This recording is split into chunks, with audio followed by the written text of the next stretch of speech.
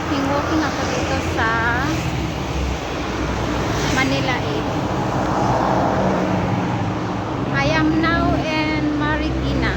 Nakita ko kasi sa Karatula. Anak ko din sa Marikina. This is San Mateo, Batasan Road.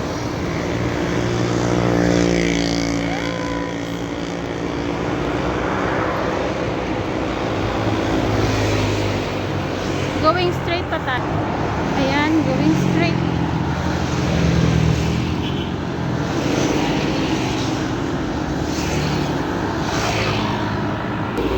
Payapa ang sun, oh.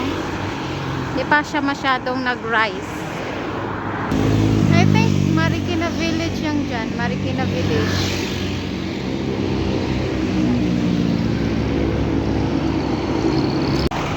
Hindi lang po ako ang naglalakad. Meron ding nag-walking dito. Marami. Meron pa dun sa likod yung babae naka-red. Meron din nagja-jogging. Tignan. Yan. Going to San Mateo siguro ni sila.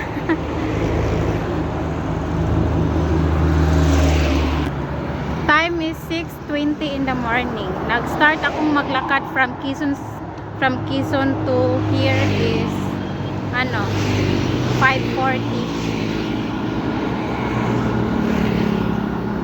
So still in Marikina na I think na to, meron ng ilog dito. Meron ng ilog.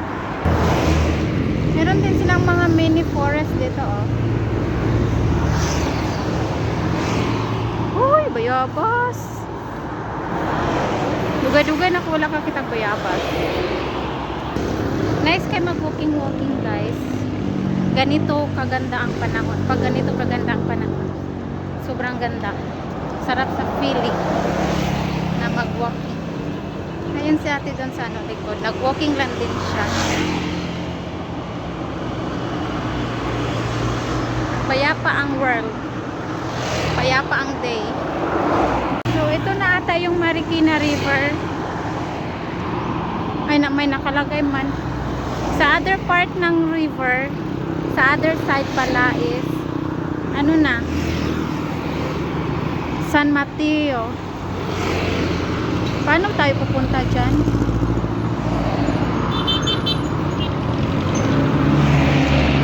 Punta tayo, baba tayo doon guys. Wait. Diretso, tawid muna tayong San Mateo.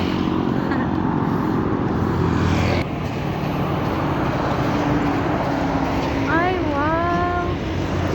You can din sa oh. So, saan magdaan? Doon.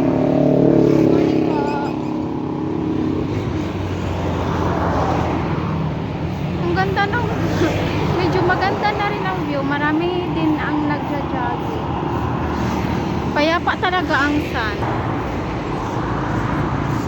Payapa ang sun. Iba ang tubig dito kay Uy, nakakatnahan na. Nangurog mo na kong tuhod. Uy, nga nagtanaw sa ilalom. Nabubing. Lain ilang tubig diri kay kuan. Orange.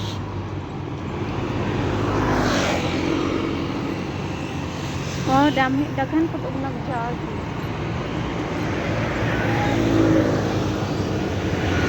Diyan pala yung mga waterways dumadaan. Uy, nangurog ang akong tuhod. No. Pat yun sa nako. Guys, dito na tayo sa nandito tayo sa gilid ng river ng Marikina side. Doon na side is San Mateo. Bantang kita sa init. Tara dito. Tapos ang akong likod is ipil-ipil. Ayan Ay. Ayan ipil-ipil. Batang bagong sibol na ipil-ipil. Ito yung kinakain ng mga Thailander Ayan Meron din ditong cucumber na wild. Masarap din yan igawing salad. Ayan Cucumber na wild. Tapos likod niyan is likod dito sa mga damuhan na ito is Marikina Village. Ayan. Meron din ditong mga damo-damo. Oy, feeling na ako na anak ko sa probinsya. Sarap talaga pag naa ka sa probinsya. Oy, na mga saging, na kay mito dito. O na ay unsa na siya kanang pakaon sa baka or sa mga kanding. Basta nakalimot ko kugon. Kugon di ay kugon na oh. Yung mga saging, maamoy nimo ang mga dry leaves ng mga ugan na ano ba? Kana oh. Uy, kasarap. Lami kay sa ilong. Organic nga amoy.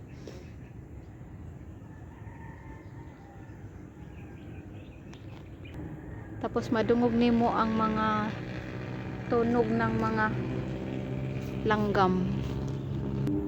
So mag-stay ako diri kadali.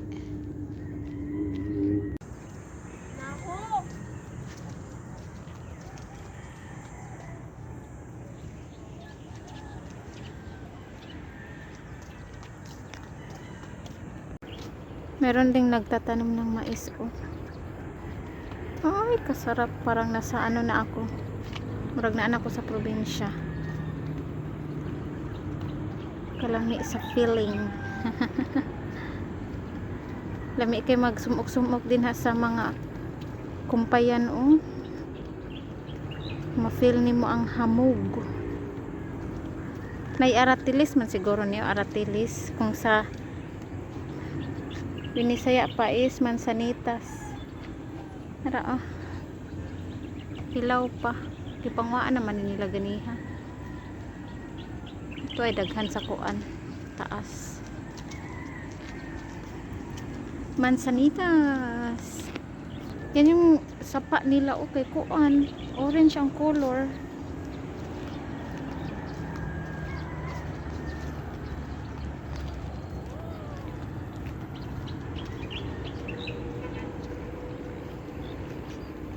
So at 7:30 na. Isa na ko ka oras kapin sa gawas. Hinahinay na pugog paktas.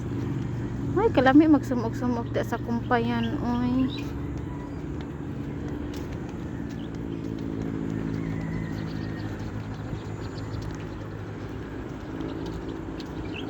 Daghan kig mansanitis diri oy kakita na jud kog hagunoy for the first time na gyud na pila na katuig.